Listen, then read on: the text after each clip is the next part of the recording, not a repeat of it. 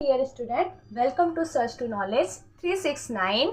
तो आप सभी का भरपूर स्वागत है मेरे इस चैनल पर। तो आज मैं आप लोगों को पढ़ाने वाली हूँ पेपर नंबर 5 का सेक्शन बी। इससे पहले मैंने पेपर 1 से लेके 4 तक सभी पेपर के सेक्शन बी कंप्लीट करवा दिए हैं। अगर अभी तक आपने उस वीडियो को नहीं देखा है तो प्लीज़ वॉच दैट वीडियो। और उसके बाद आज हम करवाने वाले हैं आपको पेपर 5 का सेक्शन नंबर बी। ओके, तो रेडी हो जाइए पेन और पेंसिल और अपनी नोटबुक लेकर।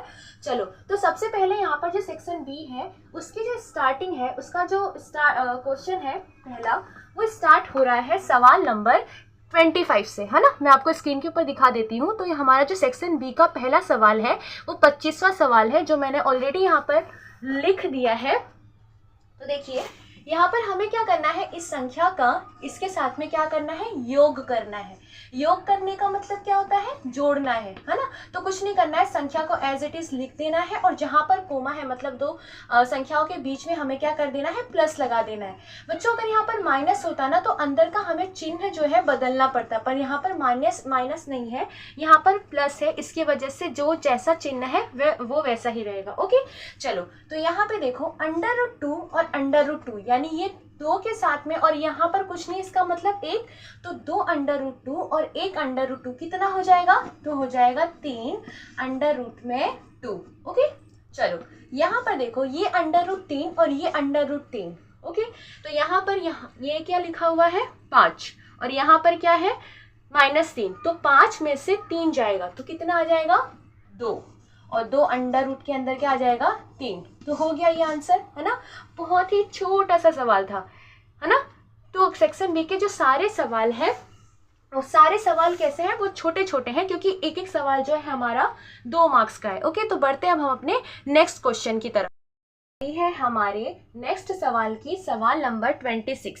तो मैं आपको स्क्रीन पर भी दिखा देती हूँ। तो जो हमारा सवाल नंबर 26वां है, देखो यहाँ पर हमें क्या करना है, गुणनखंड ज्ञात करना है कि 2x² - 9x - 35 का हमें क्या करना है, गुणनखंड निकालना है, जो मैंने यहाँ पर पहले से लिख दिया है। बच्चों देखो, जब भी हमें गुणनखंड निकालना होता है तो ऐसे सवाल में कैसे किया जाता है उस सवाल को। तो यहाँ पर देखो, ये यहाँ पे क्या लिखा हुआ है, 2, और यहाँ पे क्या लिखा हुआ है, 35। सबसे पहले तो इन दोनों का गुणा कर दीजिए, तो आपका जो आंसर आ जाएगा वो आ जाएगा 70। देखो बच्चों, हम इसका इस्तेमाल कर रहे हैं, ये वाली साइड पे जो मैं लिखूंगी ना वो आपका रफ काम होगा, है ना। तो यहाँ वाली चीज को यहाँ पे नहीं उतारना, ये हमारा फेयर है, ये मैं आपको एक्सप्लेन करने के लिए उस साइड बता रही हूँ। ओके, चलो, तो यहाँ पे ये 35 और 2 का अगर हम गुणा करेंगे तो हमारा जो आंसर है वो आ जाएगा 70। तो अब यहाँ पर देखिए बीच में क्या लिखा हुआ है, 9। तो अब 70 को ऐसे 2 भागों में करिए कि आपका जो आंसर है, यानी आप इसको प्लस माइनस करने के बाद हमारा जो आंसर है उन 2 संख्या का प्लस माइनस करने पर 70 आ जाए, है ना, या -9 आ जाए। ओके, गुणा करने पर 70 आता हो और प्लस या माइनस करने पर -9 आता हो, ये याद रखना है। तो देखो 70 की कई सारी जोड़ी बन जाएगी, वैसे तो 10 और 7 भी बनता है, क्योंकि 10 7 कितना हो जाएगा, 70। बट यहाँ पर देखो 10 में से 7 माइनस करने पर या प्लस करने पर भी हमारा -9 आंसर नहीं आता है, तो कोई और पेयर हमें ढूंढनी पड़ेगी। तो कौन सी पेयर हो जाएगी, तो आपको ध्यान होगा तो 14 25 भी कितना हो जाता है, 70, ऑफकोर्स हो जाता है ना, 14 25 70। तो यहाँ पे 14 और 5 जोड़ी बन जाएगी हमारी। कैसे, क्योंकि 14 में से 5 जाएगा तो हमारा आंसर क्या आ जाएगा, 9 आ जाएगा। ओके, बट यहाँ पर देखो साइन बहुत मायने रखता है बच्चों, है ना। साइन मतलब जो चिन्ह है, क्योंकि यहाँ पर हमारा जो आंसर है वो आ रहा है -9 में, है ना। तो हमें क्या करना पड़ेगा, इन दोनों को माइनस करके आंसर लाना पड़ेगा। अच्छा, 14 में से 5 जाएगा माइनस करने पर, तो 14 कैसा होना चाहिए, पहली बात तो माइनस का होना चाहिए। देखो समझो इस बात को, जैसे कि 2x², पहले हम लिख देते हैं -4x, क्यों लिखना पड़ेगा, क्योंकि 9 के साथ में x है, +5x और -35। अब यहाँ पे देखो, समझने की कोशिश करना बच्चों कि यहाँ पर मैंने 14 माइनस का क्यों लिखा है। तो यहाँ पे 14 माइनस का लिखने का रीज़न ये है कि देखो माइनस प्लस हो जाएगा माइनस, इसके लिए 14 में से 5 घटा देंगे तो हमारा आंसर आ जाएगा 9। और एट द एंड, क्योंकि हमें पता है कि जो प्लस माइनस में, जैसे यहाँ पर बड़ी संख्या का चिन्ह क्या है, माइनस है, इसके लिए आंसर में भी हम क्या लगाएंगे, माइनस लगाएंगे। समझ में आई ये चीज़। चलो, तो अब आ गया हमारा इसका माइनस करने पर। अब बच्चों इन दोनों में कॉमन क्या है, तो एक तो 2 कॉमन है। कैसे? क्योंकि 2 इसमें भी है और 2 के पहाड़े में 14 भी आ जाता है। और x भी कॉमन है क्योंकि x यहाँ पर भी है और यहाँ पर भी है। चलो 2x तो बाहर निकल गया, एक अंदर x बच गया, माइनस बच गया, है ना। और इसके बाद देखो 2 सते कितना हो जाएगा 14। x नहीं लिखना है क्योंकि x हमने बाहर लिख दिया है ना। माइनस आप छोटी सी भी मिस्टेक कर देंगे तो आपका आंसर रोंग आएगा। और ये मैथ है, आपको पता है ना, डू और डाई वाली मैच होती है यहाँ पर, कि अगर आपने थोड़ी सी भी गलती करी तो पूरा मार्क्स कट हो जाएगा। चलो इसमें से हमें 5 कॉमन निकाल लेना है क्योंकि यहाँ पर प्लस का साइन है, इसलिए 5 यहाँ से कॉमन निकल गया, x अंदर बच गया, माइनस 5 के टेबल में जो 35 है वो 7 बार में आता है। ये सवाल सही है या नहीं ये देखने के लिए ये देखो कि हमारा ये जो पेयर है ना, ये वाला और ये वाला कोष्टक सेम आना चाहिए। सेम आ गया, क्या आ गया, x माइनस 7 आ गया ना, x माइनस 7। तो x माइनस 7 एक बार लिख दीजिए और ये एक और हमारी जोड़ी बन जाएगी 2x प्लस 5।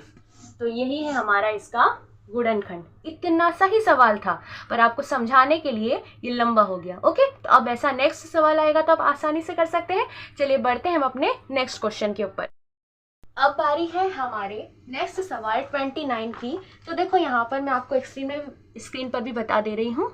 29 वाला सवाल है कि नीचे दिए गए बिंदुओं में कौन कौन से समीकरण 2x माइनस वाई बराबर 5 के हल हैं और कौन कौन से हल नहीं है। तो यहाँ पर आपको 2 हल देकर रखा हुआ है ना, एक ये वाला हल है और ये वाला हल है। तो एक एक बार हम क्या करेंगे, दोनों हल को लिखकर हम सॉल्यूशन करेंगे, ठीक है, चेक करेंगे कि आंसर सही है या नहीं।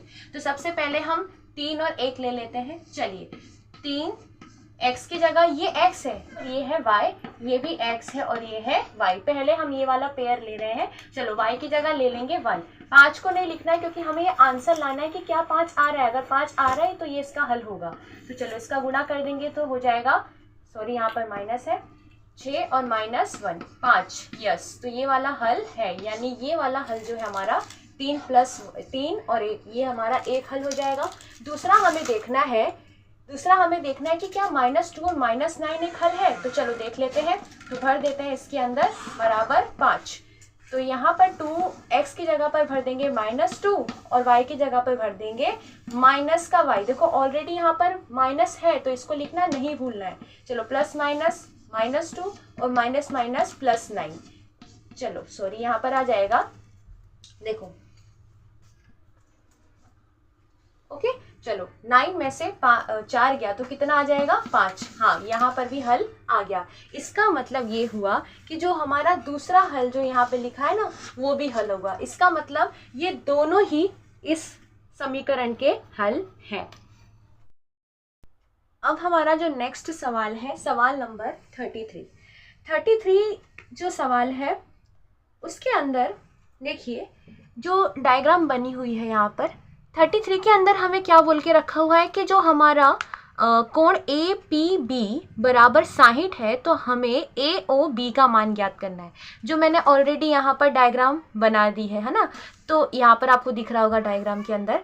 तो यहाँ पर देखो बच्चों, मैंने ऑलरेडी यहाँ पर 60 और 60 लिख दिया है। ऐसा क्यों? क्योंकि जो ये व्रत है और व्रत के अंदर बनने वाला जो कोण है वो, ये जो कोण होगा वो समबाहु त्रिभुज होगा, है ना। समबाहु त्रिभुज की क्या खासियत है कि इसके सभी कोणों का मान क्या होता है, माप समान होता है। यानी यहाँ पर एक तो हमें 60 देकर रखा है तो ये भी पूरा और ये भी पूरा क्या हो जाएगा 60 हो जाएगा। पर हमें तो ज्ञात ये वाला कोण करना है ना। तो यहाँ पर देखो ये पूरा, ये जो लाइन है यानी त्रिभुज की जो AOB त्रिभुज है, ये जो A है इस बिंदु को समद्विभाजित कर रहा है। सेम उस तरीके से B भी क्या कर रहा है, उसको समद्विभाजित कर रहा है। समद्विभाजित करने का मतलब होता है समान 2 भागों में विभाजित करना। तो यहाँ पर ये वाला माप देखो पूरा 60 है तो हम 60 का आधा करेंगे तो ये कितना हो जाएगा 30, है ना, 30 हो जाएगा। ये भी कितना हो जाएगा 30 हो जाएगा। समझ में आया आप लोगों को? चलो यहाँ की जो थियरी है ना वो हिंदी वाली, वो आप लोगों को लिखनी है कि व्रत के अंदर का त्रिभुज जो है समबाहु है, जिसकी वजह से ये वाला कोण 60 होगा और ये A समद्विभाजित करने की वजह से उससे हम आधा करेंगे 60 को तो 30 आएगा। तो ये आपको लिखना पड़ेगा। यहाँ पर मैं नहीं लिख रही हूँ पर आप क्या करेंगे, लिखेंगे उसको, है ना। तो यहाँ पर 30 आएगा। तो यहाँ पर मैं सीधा यहाँ हल लिख दे रही हूँ किस तरीके से, जैसे कि AOB यहाँ पर 30 दिया हुआ है, देखो। तो हमें क्या ज्ञात करना है, AOB। तो त्रिभुज AOB में क्या है, तो कोण O प्लस कोण A प्लस कोण B बराबर कितना हो जाएगा, 180 हो जाएगा। ठीक, आप क्या हो जाएगा, 180 हो जाएगा। तो कोण A हमें तो ज्ञात करना है O वाला कोण, है ना। और हमारा जो कोण A है वो कितना निकल गया है, 30 निकल गया है। कोण B कितना निकल गया है, 30 निकल गया है। चलिए लिख देते हैं, है ना। कोण AO बराबर हो जाएगा 180 और ये 30 60 उधर जाएगा तो 60 हो जाएगा, है ना, माइनस वाला। तो 180 में से 60 जाएगा तो ये हो जाएगा 120। अच्छा, कोण O हमारा निकल गया 120। हमसे पूछा क्या है, AOB। बच्चों AOB कहो, है ना, कोण AOB कहो या कोण O कहो, बात एक ही है। इसका मतलब AOB बराबर कितना हो जाएगा, 120। आया समझ में। चलिए बढ़ते हैं हमारे नेक्स्ट प्रश्न की तरफ। सवाल नंबर 32वां जो है, जिसके अंदर हमें कह के रखा हुआ है कि जो कोण है त्रिभुज PQR में PQ बराबर QR है ना, और कोण P बराबर है x प्लस 10 और Q बराबर है 4x माइनस 5। तो यहाँ पर हमें PQR के सभी कोणों का माप क्या करना है, ज्ञात करना है। आकृति अगर आप देख सकते हैं तो यहाँ पर मैंने बता दिया है कि जो PQ है वो PR दोनों समान है। ये दोनों समान होने का मतलब ये हुआ कि जो कोण Q होगा वही कोण क्या होगा, R होगा, है ना। चलो, तो कोण हमें P दिया है, Q दिया है, R नहीं दिया है। तो यहाँ पर आपको ये समझ लेना है कि कोण Q किसके बराबर है, कोण R के बराबर है। अब देखो, त्रिभुज PQR के अंदर कोण P प्लस कोण Q प्लस कोण R बराबर कितना योग हो जाएगा उसका, 180। P कितना दिया हुआ है, भर दीजिए वैल्यू, x प्लस 10। Q कितना दिया हुआ है, 4x माइनस 5 और R कितना है, R तो Q ही है ना। तो चलिए ऐसे ना लिखकर मैं ऐसे लिख दे रही हूँ, Q और Q कितना हो जाएगा, 2Q 180। चलो, x प्लस 10 प्लस 2x, यहाँ पर कोण Q कितना दिया हुआ है, तो अब भर दीजिए वैल्यू, 4x माइनस 5 बराबर कितना हो जाएगा, 180। ओके, चलो x और x यहाँ पर सब पहले गुणा कर दीजिए। एक एक मैं काफ़ी छोटे छोटे सारे स्टेप में आपको करके बता रही हूँ, है ना। चलो, 4x यहाँ पर कितना हो जाएगा, 8x माइनस इसका गुणा करेंगे 10x और उसके बाद में 180। चलो, ये x और ये x कितना हो जाएगा, 9x। कितना हो जाएगा बच्चों, 9x। ये प्लस का x 10 और ये माइनस का 10 कट हो जाएगा, बराबर सिर्फ 180 रह जाएगा। तो x बराबर, ये को इससे कट करेंगे तो कितना हो जाएगा, 20। तो x बराबर कितना आ गया हमारा, 20। बट अभी हमारा सवाल पूरा नहीं हुआ है। अभी हमें क्या करना है, यहाँ पर जो हमारा P है ना, इसको और Q को और R को सबको निकालना है। तो जितना Q होगा उतना ही R होगा, पर R निकालने के लिए Q निकालना तो पड़ेगा। चलो, तो P यहाँ पर जो x प्लस 10 दिया हुआ है उसमें हम उसकी वैल्यू भर देंगे। तो हमारा x कितना है, 20 और 10 कितना हो जाएगा, 30। कितना हो जाएगा, तो कोण P बराबर हो जाएगा हमारा 30। ओके, इतनी चीजें समझ में आ गई। चलो, जैसे हमने P निकाला है वैसे Q निकाल लेते हैं। यहाँ पर x की वैल्यू भर दीजिए, कितना हो जाएगा, 20 माइनस 5। इसका गुणा करेंगे तो हो जाएगा 80 माइनस 5, यानी टोटल आपका इतना आ जाएगा। तो कोण Q बराबर कितना हो जाएगा, 75। इसका मतलब ये हुआ कि अगर जो कोण Q है, कोण Q और R एक होने की वजह से कोण Q बराबर कोण R है, इसका मतलब कोण R बराबर भी कितना हो जाएगा, 75। कितना हो जाएगा, 75। ओके, तो हमारा P हो जाएगा 30, Q हो जाएगा 75 और R भी कितना हो जाएगा, 75। तो हो गया हमारा सवाल नंबर 32। अब हमारा जो नेक्स्ट सवाल है, सवाल नंबर 34, जिसको मुझे आपको स्क्रीन पर दिखाना ही पड़ेगा। यहाँ पर देख लीजिए, सवाल नंबर 34 के अंदर क्या लिखा हुआ है कि सर्कस का एक मोटरसाइकिल सवार जिस खोखले गोले के अंदर अपने करतब दिखाता है उसका व्यास 7 मीटर है। मोटरसाइकिल सवार के पास ये करतब दिखाने के लिए कितना क्षेत्रफल उपलब्ध है। देखिए, यहाँ पर हमें साफ स्पष्ट कह दिया है कि वो मोटरसाइकिल सवार जो है ना, खोखले गोले के अंदर करतब दिखा रहा है। यानी गोले, हमें किसका सूत्र लगाना है? गोले का। तो देखो यहाँ पर हमें मेन सवाल पूछा ही है कि कितना क्षेत्रफल उसका होगा, तो गोले का हमें क्षेत्रफल लिख देना है। तो गोले का क्षेत्रफल का सूत्र होता है पाई आर स्क्वायर, है ना, ये सूत्र होगा। तो यहाँ पर हमें तो d देकर रखा हुआ है, तो d से r निकालना तो एकदम ही आसान है।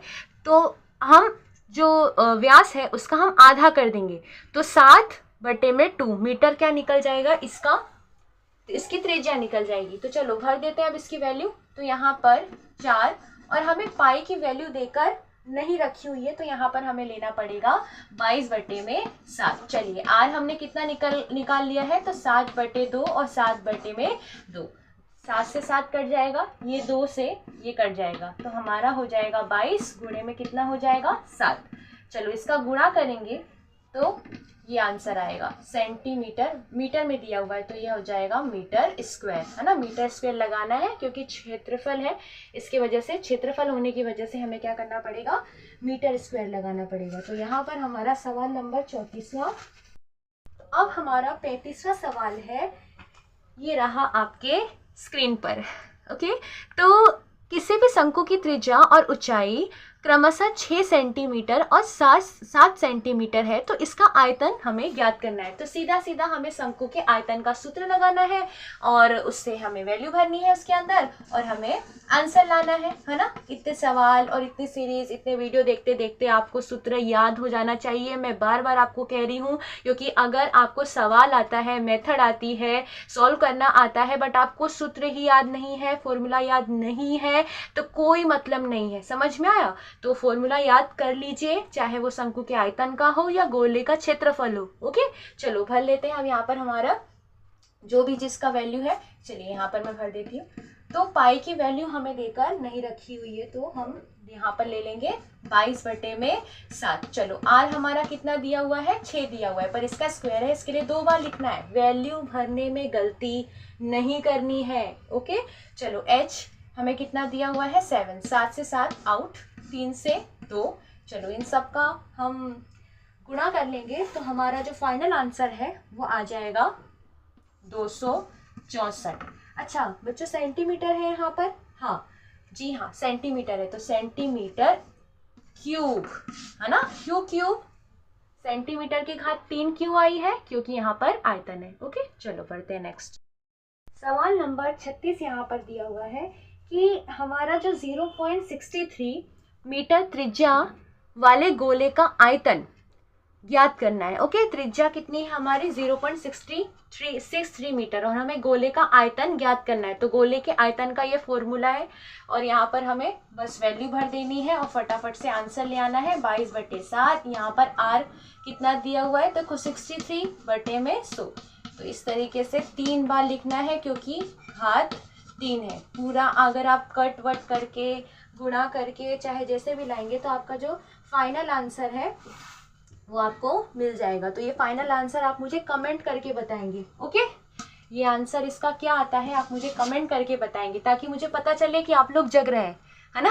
तो यहाँ पर ये हमारा वीडियो पूरा ये हमारा जो सवाल था यहाँ पर सेक्शन बी का पूरा होता है। इस वीडियो के अंदर सिर्फ इतना ही, पर इससे पहले वाले वीडियो अगर अभी तक आपने नहीं देखे हैं, पेपर 1 से लेकर 4 तक, जिसमें मैंने सेक्शन बी कंप्लीट करवा दिया है, तो प्लीज़ वॉच दैट वीडियो। और इस सवाल के अंदर, इस वीडियो के अंदर मैंने जो प्रश्न नंबर 28 है, 30 है और 37 वाला जो प्रश्न है सेक्शन बी का, वो मैंने कंप्लीट नहीं करवाया है। और ये जो तीनों क्वेश्चन है मैंने आपको एज अ होमवर्क दिया हुआ है। ओके, तो आपको होमवर्क करना है और मुझे कमेंट में बताना है कि आपको आंसर आया या नहीं आया। और फॉर एग्जांपल मान लेते हैं कि अगर आपको सवाल नहीं आए, तो आप मुझे कमेंट करके भी बता सकते हैं, ताकि मैं उसके लिए एक सेपरेट वीडियो या शॉर्ट वीडियो के अंदर इसका सॉल्यूशन आपको अपलोड कर दूं। ओके, अब सबसे ज़रूरी बात बच्चों, कि अगर अभी तक आपने मेरे चैनल को सब्सक्राइब नहीं किया है, तो please like, share and subscribe to my channel and don't forget to press the bell icon. Okay, ताकि आने वाला जो नेक्स्ट वीडियो है, नेक्स्ट लेक्चर है, वो आप मिस ना कर सके। ताकि आप एकदम अपडेटेड रहें, क्योंकि अप्रैल में आप लोगों की एग्ज़ाम होने वाली है, तो आप पहले से प्रिपेयर रहें अपने एग्ज़ाम के लिए, है ना। और इससे पहले जो लोगों ने मेरे चैनल को ऑलरेडी सब्सक्राइब किया है, आप कमेंट करते हैं, लाइक करते हैं, तो उसके लिए थैंक यू सो मच। और जो भी बच्चे एंड तक रुके थे पूरा सोल्यूशन देखने के लिए, उनको भी बहुत बहुत थैंक यू कि आपने इतना पेशेंटली सारे जो क्वेश्चंस थे उसके सॉल्यूशन को देखा। और ऐसे ही पढ़ते रहिए और कमेंट करते रहिए, सब्सक्राइब करिएगा मेरे चैनल को। और उसके बाद तो सीरीज सेक्शन बी की पूरी हुई। अब मैं आप लोगों के लिए लेकर आऊंगी सेक्शन सी की सीरीज, जो हम पेपर 1 से स्टार्ट करेंगे। तो पेपर 1 का सेक्शन सी, उसके बाद 2 का, 3 का, जैसे हमने सेक्शन बी को कंप्लीट किया वैसे सेक्शन सी कंप्लीट करेंगे। तो ऐसे ही पढ़ते रहिए। Thanks for watching.